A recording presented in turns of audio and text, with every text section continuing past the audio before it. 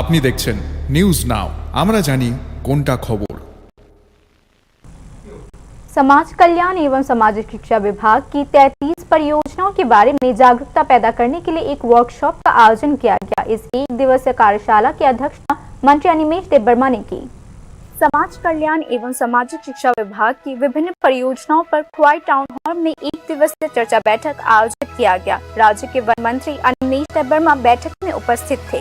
इस बैठक में राज्य सरकार के सामाजिक कल्याण एवं सामाजिक शिक्षा विभाग के अंतर्गत 33 विभिन्न परियोजनाओं जैसे कि सामाजिक भत्ता, मुख्यमंत्री मातृत्व पोषण उपहार, बाल कल्याण, दिव्यांग कल्याण, वरिष्ठ नागरिक कल्याण, ट्रांसजेंडर कल्याण परियोजनाओं और अन्य महत्वपूर्ण कार्यक्रमों पर विस्तार से चर्चा किया गया। मंत्री अनिमेष देबबर्मा ने कहा कि इन परियोजनाओं को आम लोगों तक कैसे अधिक से अधिक पहुंचाया जाए और भविष्य में इनका प्रदान कैसे और अधिक प्रभावी ढंग से किया जाए, इस पर विचारों का आदान प्रदान किया गया। मंत्री अनिमेष देबबर्मा ने कहा कि इस तरह की चर्चा बैठक से सभी वर्गों के लोगों के विकास में विभाग की भूमिका और कार्य प्रणाली अधिक पारदर्शिता और प्रभावी बनेगी।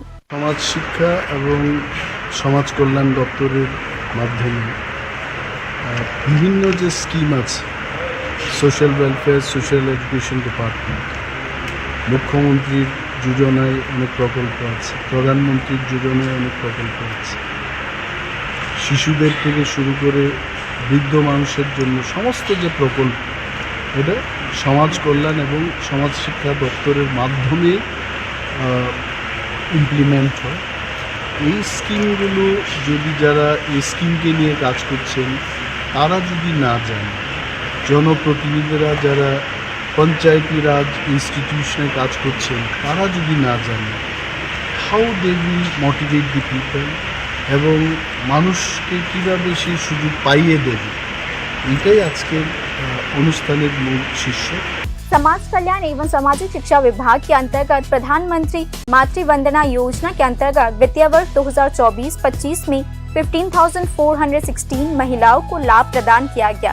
आज की चर्चा बैठक में यह बात सामने आई कि 19,823 प्रसूति महिलाओं को भी इससे लाभ प्रदान किया गया है। विभिन्न तकनीकी कारणों से 2017 से 2023 तक जिन लाभार्थियों को विभिन्न सहायता नहीं मिली, उनमें से 27,470 को वित्तीय वर्ष 2024-25 में वित्तीय सहायता प्रदान की गई।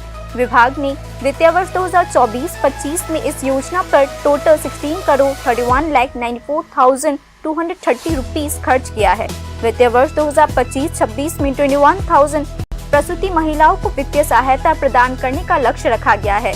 इस संबंध में आज की चर्चा बैठक में यह बात सामने आई कि 11.5 करोड़ रुपए इस पे खर्च किए जाएंगे। इसके अलावा वित्तीय वर्ष 2024-25 में मिशन वात्सल्य प्रोजेक्ट के तहत 2059 बच्चों को 4,000 रुपए प्रति माह की दर से टोटल 9,88,32,000 रुपीस प्रदान किया गया है। मंत्री अनिमेष देबबर्मा की अध्यक्षता में आज आयोजित चर्चा बैठक में यह बात सामने आई कि वित्तीय वर्ष 2025-26 में मिशन वात्सल्य प्रोजेक्ट के तहत 6,301 बच्चों को 30,24,48,000 रुपीस प्रदान किया जाएगा। Bureau report, news now.